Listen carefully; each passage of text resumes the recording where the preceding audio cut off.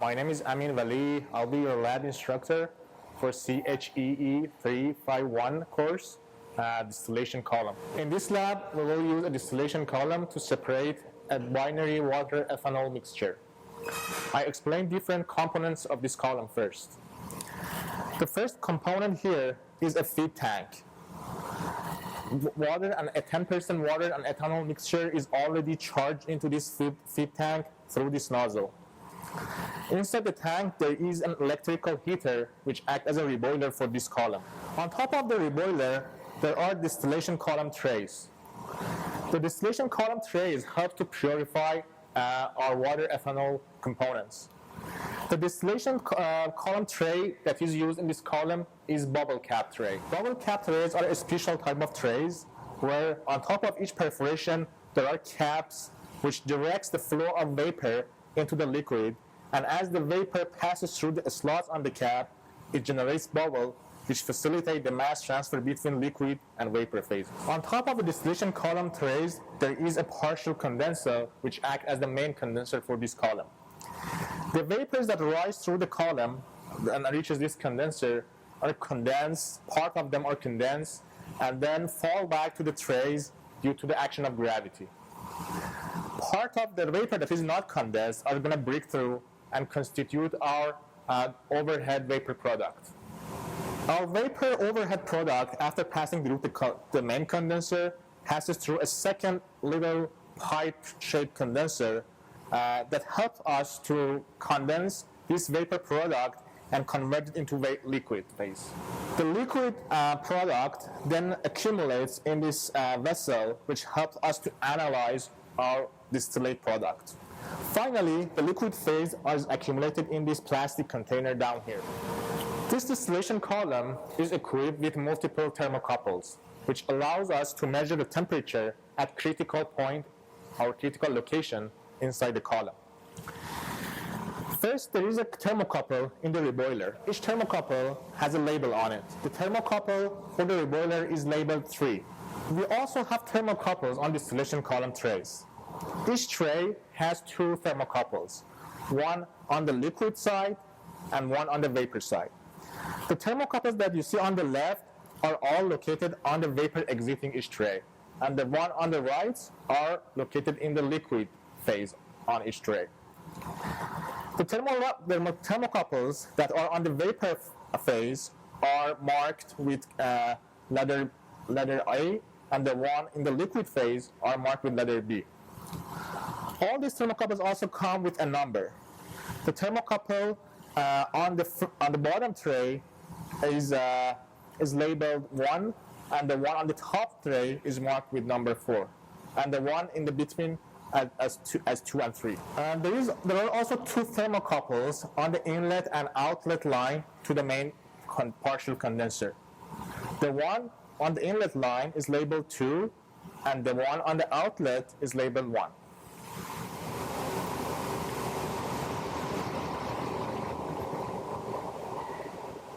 You can see the chill water circuit here.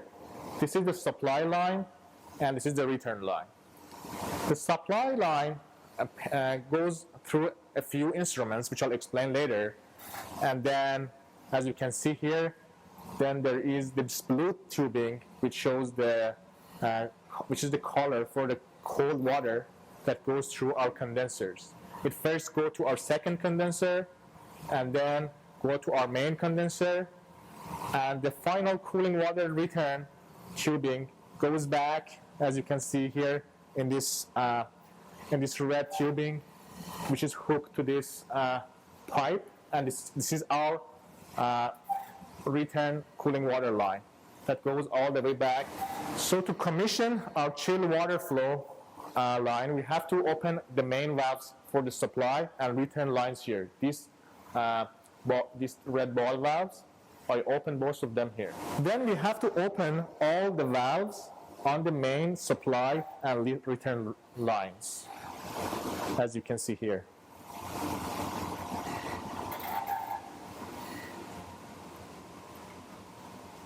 On the supply line, we have 2 rotameters that measure the cooling or chill water flow. The first one is this main rotameter on the main line, which can measure larger cooling water flows. There is also another smaller rotameter which can measure a smaller amount of flows. Initially, we start a column in the full reflux mode, so we need a high cooling water flow. So we will use this main rotameter to adjust our flow. But we make sure this one on the bypass line is closed. The inlet and outlet valves both must be closed. Now I have to adjust the cooling water flow by this red control valve here. I'll adjust it to a value of 3 liters per minute, which is large enough to ensure all the vapors are condensed and ensure a full reflux condition.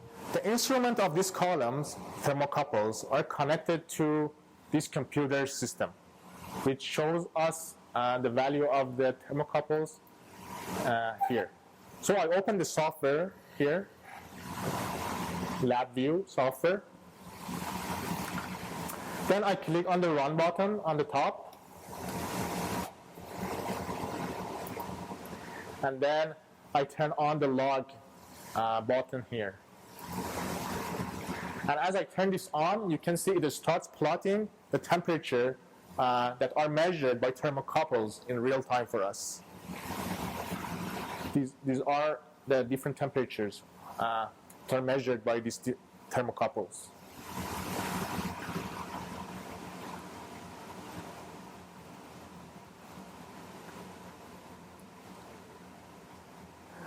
After the cooling water flow is established, I need to turn on my reboiler. As I explained, the reboiler here is an electrical heater. You can see the control panel for this electrical heater here. On the side of this panel, there is this black key here on the side of the panel that I turn on first. And after that, I push the on button on the main panel here.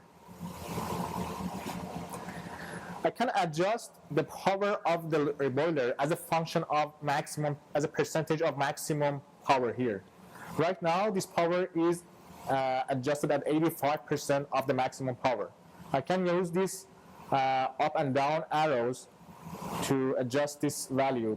But for now, I'll just keep it at 85% of the maximum power. As you can see here, the temperature are increasing at different points in the column because the reboiler is working and trying to heat up our water ethanol mixture. And as this vapor rises through the column, different temperature all increases, as you can see here. As the temperature reaches the bubble point of the water ethanol mixture, we see that the liquid starts to build up on our top tray. This top tray is closest to the condenser, so it's normal that we expect the liquid to first form on the top tray. You can see the liquid forming on the top tray here very nicely.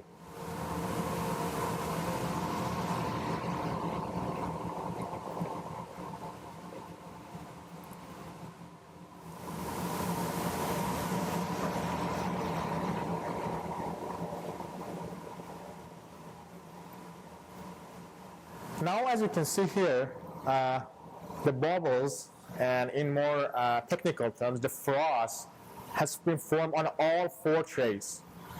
The formation of froth shows that the liquid and vapor mass transfer and heat transfer is being performed in a very efficient manner. And the tower are operating in a very stable manner. Now, the reason that we started this distillation column in full reflux mode is to ensure that the column is operating smoothly and in a stable manner before we start drawing our distillate product. As the froth forms on the trays, the temperature of the liquid and vapor phase start to get closer to each other. You can see here that the temperatures, you can see the temperature at the vapor and liquid part of each tray are getting really, really close, which indicates the presence of equilibrium on the trays. And as you can see, the overall trend of this temperature, they are becoming nearly stable. Now that the column is operating in the full reflux mode and is operating in a very stable manner, now we can decrease the cooling water flow to start some of the vapor pass through the condenser and forms our distillate product. So to achieve that, I need to pass the cooling water or chilled water flow through this yellow rotameter. So I will close this parallel valve on the main line and open the ones on the bypass line. As I said, this rotameter can measure very low flow of cooling water.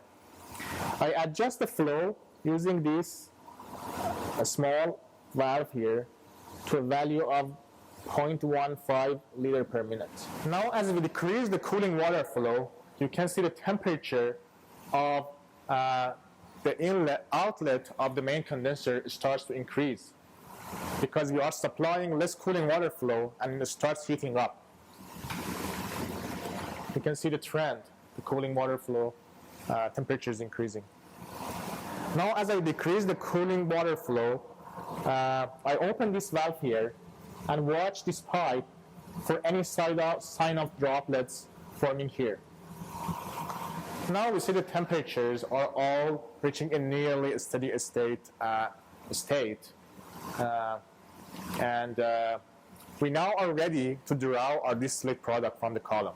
Now we see that the our distillate product, are coming out of the condenser and going into our plastic container.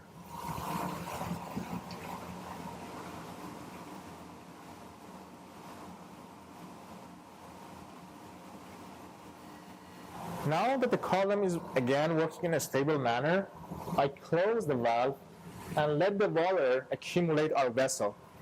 I would analyze the composition of liquid in this vessel later. We have to wait enough for this vessel to fill up with our distillate product. Now as we are drawing our product, if you look at the trends of the temperature, you can see that the trends, they are starting to level off, which means that the column is reaching a nearly steady state condition. We will use a hydrometer to measure the concentration of ethanol in the water-ethanol mixture. The hydrometer is an instrument that measures the relative density of liquids based on the concept of buoyancy. There is a weight placed at the bottom of this hydrometer.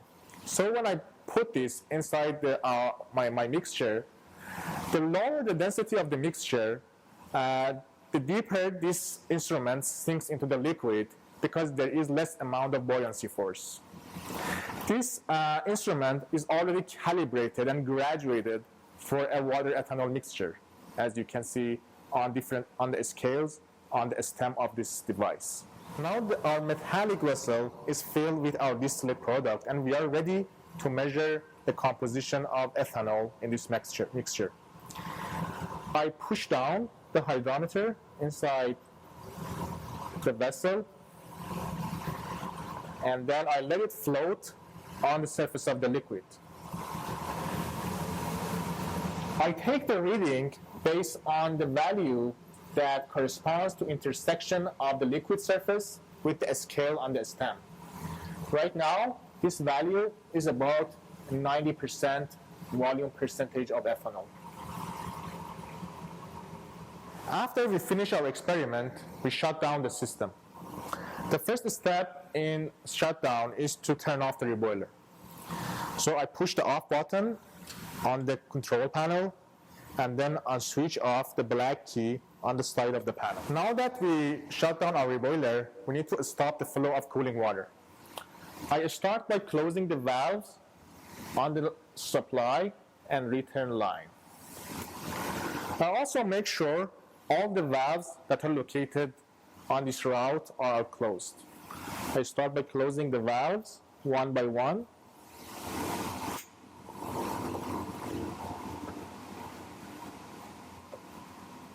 And finally this one. This is the end of our experiment. Thank you for watching, and I hope you like it.